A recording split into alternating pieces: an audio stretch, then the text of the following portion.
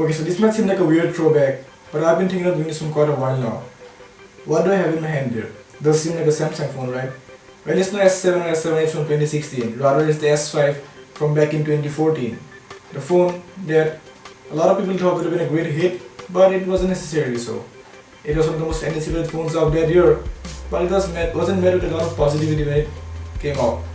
And that's because of a lot of reasons. I mean, the press, the reviewers, the media, nobody really gave any good reviews or any good opinions about this phone. So why exactly? Let's take a look at this video. That's exactly what we're going to talk about in this video. So we're starting a new segment here. A segment where we'll be getting our hands on phones from previous years, like a year or two back, and we'll be seeing as to why those phones were a hit or weren't in that particular year, and we'll be giving you our opinion on as to whether you should be considering to buy those phones even as of today. So we'll be calling this segment Should You Consider It. We hope you like this segment, and so let's get started with the very first episode of Should You Consider It. The design of the Samsung Galaxy S5 was nothing special at all. The phone was built entirely out of plastic, and while a lot of consumers out there were expecting a better build of Samsung's S flagship device that year, they disappointed a lot of them by still bringing an all plastic body. The rear of the phone, which was known as the golf course backing, though a new design, was nothing great or special in the ergonomic standpoint or looks department either. The side rails of the phone were also plastic, which did not survive quite well. They caught up a lot of dents and scratches, and the build of the Samsung overall was just not up to the mark. They were not able to compete with other flagship devices. The camera on the Samsung Galaxy S5 was quite decent though. It was one of the best performers out there back then, and the UI was also quite simple and intuitive. There were quite a few features out there which made sense, and also Samsung was able to bundle quite a few manual modes as well, which did come in quite handy as well. Yeah, you were able to make 4K videos as well. Though there was no optical image stabilization, the videos did come out quite good. And also the pictures taken up by the Samsung Galaxy S5 in low light or in any other condition turned out to be just fine.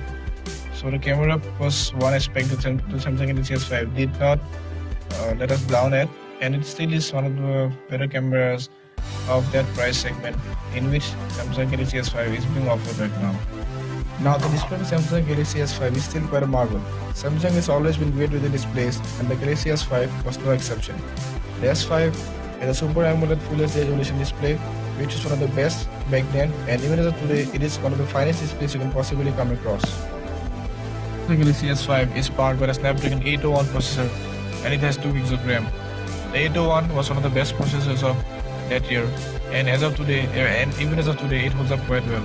I mean, regular tasks like watching YouTube videos, mailing, and even web browsing are handled quite well by the processor.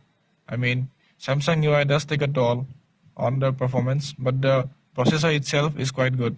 I mean, regular tasks are handled quite well, and if you were to play even games, mediocre games like Subway Surfers, they would play just fine.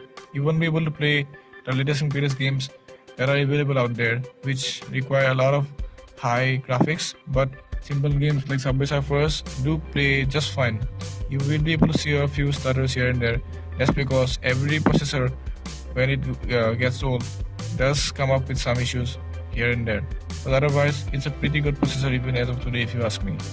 Now, where the problem arises is with Samsung's UI.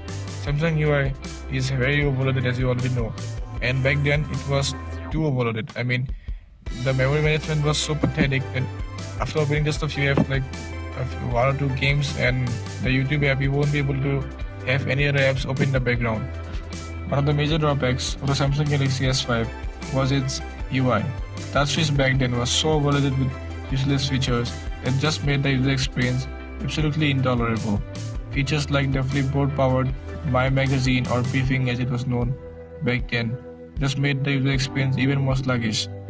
And even other features that Samsung packed in, like the air gestures and whatnot, made the user experience just worse.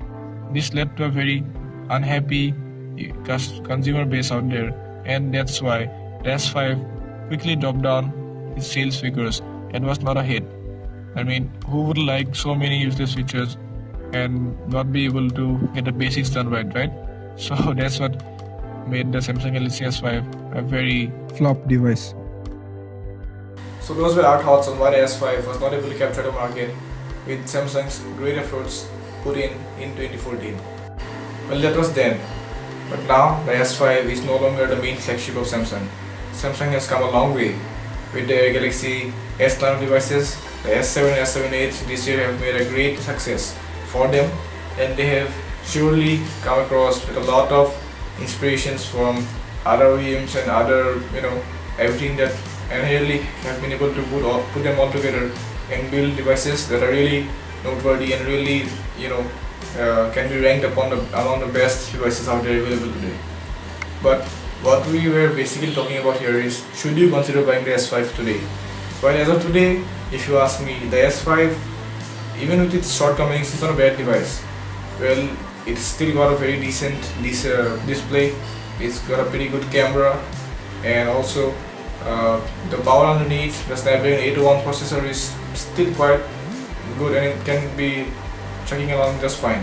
So if you would ask us as to should we recommend this phone, if you were to buy a phone, if you were interested in buying a flagship device from a year or two back, and if you were to consider buying the S5, if your main priorities are in the software, the smoothness of the software or the build, and you really want a great camera and a display, then you might as well consider the S5.